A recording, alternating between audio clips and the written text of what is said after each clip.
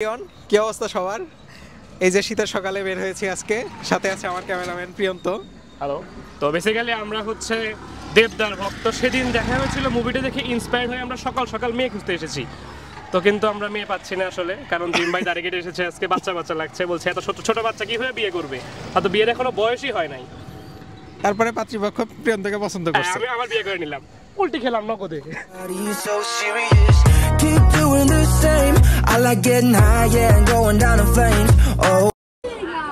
মসজিদে আসলে এই পোলাপানের WWE রেসলিং দেখার সৌভাগ্য হয় একটা, একদম বাস্তবে। অলরেডি একটা আহত করে ফেলছে, একদম আহত ডান। আর এখানে আপন, ওকে আমি আহত করার চেষ্টায় আছি, কিন্তু আমার টিম মেম্বার আসার জন্য ওকে আমি একা কিছু করছি না, ওকে সবাই মিলে আমরা বানাবো। আমরা এখান থেকে ইন্সপায়ার হচ্ছি যে কিভাবে মারামারি করতে হয়, তাই না আপন? আপন কথা বলো না তুমি। কথা বললো যে ওই ছেলেটা গুলো ওই যে ওকে ধরছে, ওগুলো মাইট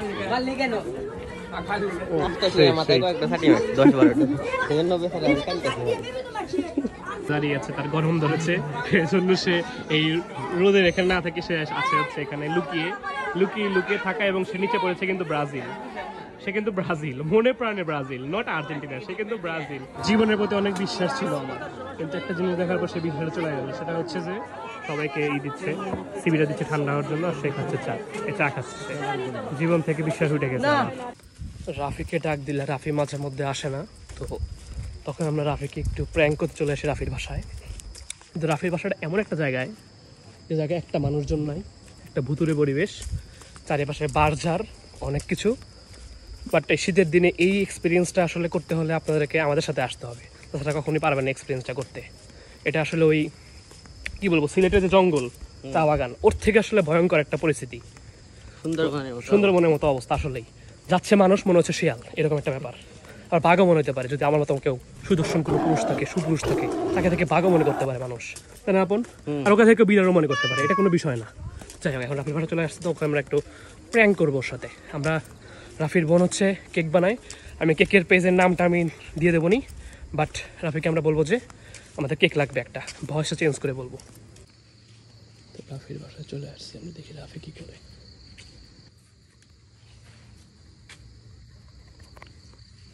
রাফি ভাই, একটা কেক নেবো ভাই। রাফি ভাই, একটা কেক নেবো ভাই। ওই যে রাফি ভাই আসতেছে ধীরে ধীরে।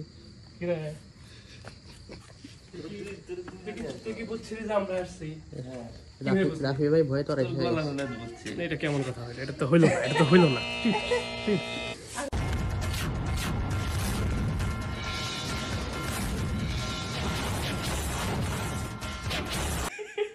কি চিন্তা করছো?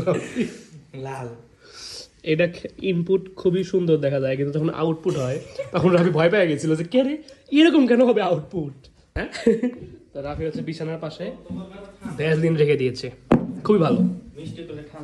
আচ্ছা, তুমি এই যে বিছানার পাশে ভ্যাসলিন দিয়ে কি করো তুমি? ঠোঁটে দিই। ও আচ্ছা।